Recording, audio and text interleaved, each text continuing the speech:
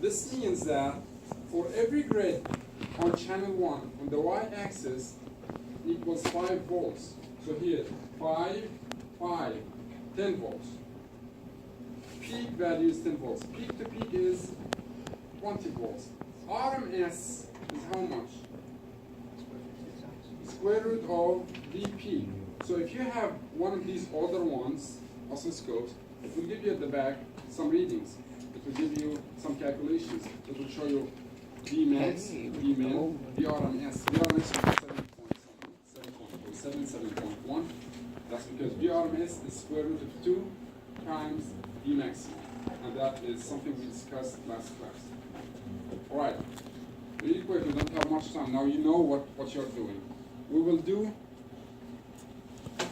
We'll keep it the way it is right now. Make sure that you take good measurements from the first one, because that is your VX. And then we'll measure. We'll keep that probe here, the one with the hook. Keep it. Take that clip alligator and put it right here across the 3.3. That will measure V1. And make sure that you play with the scales. Get a nice chart and see how you see this. You don't need to play with the time. Now you don't need to play with the time because they all have the same frequency. It's only the amplitude that will change. All right? You will get the amplitude. Maybe if you'd like to take a screenshot as well. Calculate, see how many grids. And now we don't have clear grids because now we have subset of 10 volts. So you need to be precise. Mine didn't change. Try to get as close as possible to get the maximum. And then do the same. Move the hook here and the gauge from here.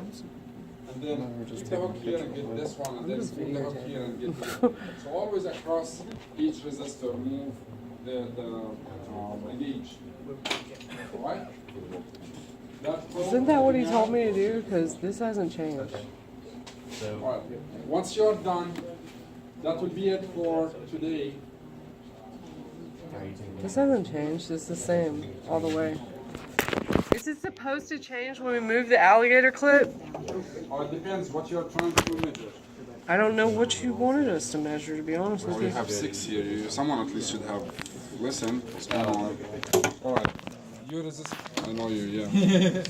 Alright. You always get, this is the positive, this is the negative, let's say. Okay, this is the hook and this is the gauge. I need to measure between the two here. Okay. Then I'm gonna go this way. Alright? And then across this way, and then this way, and then that way. Assume that you have a digital multimeter. And you always need to measure voltage. What do? You keep this one towards the positive and this one towards the negative. So you measure this way, then you measure that way, then you measure this way, then you measure that way, then you measure this way, correct? Okay. Make sense? So this one is the ground. This is the red and this is the black. This is okay, like that. All right. This way. All right. So it's supposed to change this is always the towards, amplitude. This is always towards the positive. This is always towards the negative. Okay. All right. Poking me. Okay. You got it? I'm gonna videotape you. So it stays the same, right? But you have the advantage that it tells you It's like staying the same. Is it supposed to stay the same? I think so. Because the amplitude, oh wait, the amplitude is changing. Whoa, whoa, whoa. There we go. And that's over R2? Yeah, that's R2. So the amplitude is changing over R2. Yeah.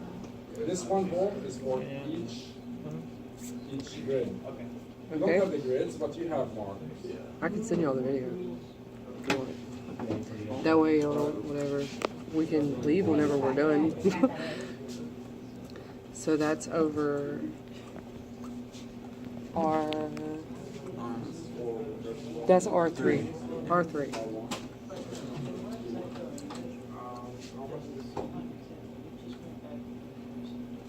That's good. Yeah. And wait, did you have? Oh, you're doing it now. This is R4. Yeah. Okay, so this is measuring the amplitude, basically the amps, or the I, right? Already got all the stuff to the box. This is R3. Did you do one? I don't think we got one. Is this One. We got the whole thing, but we didn't get actually like one. They in the same place. Okay.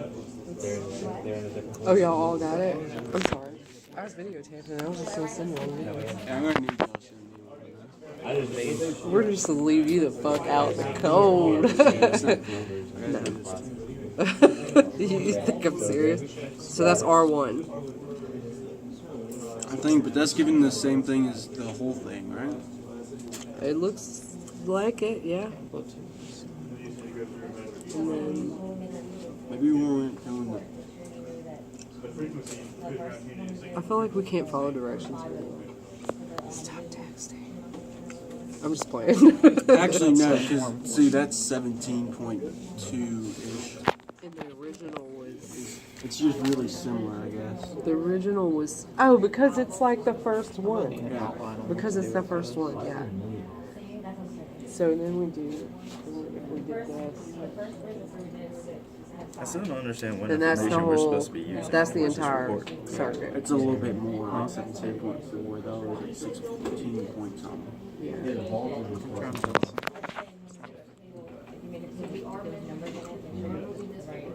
So is that good? Everybody good?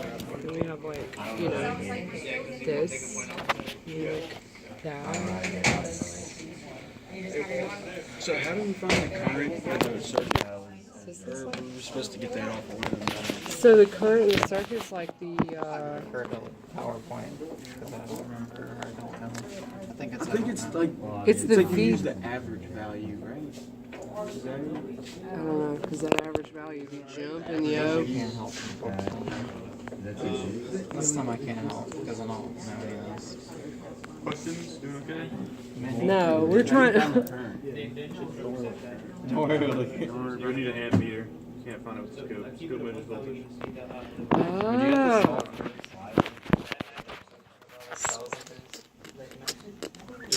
What do you mean? That was like, I have no idea. If you're looking for current, you really can't do it with the scope. Like you would have to get a amp meter and run that signal through the amp meter to be able to see. Should be you'll have voltage, frequency. Really all I just wrote down VPP, VMAX. Yeah. Right. I think I got everything. You can get RMS.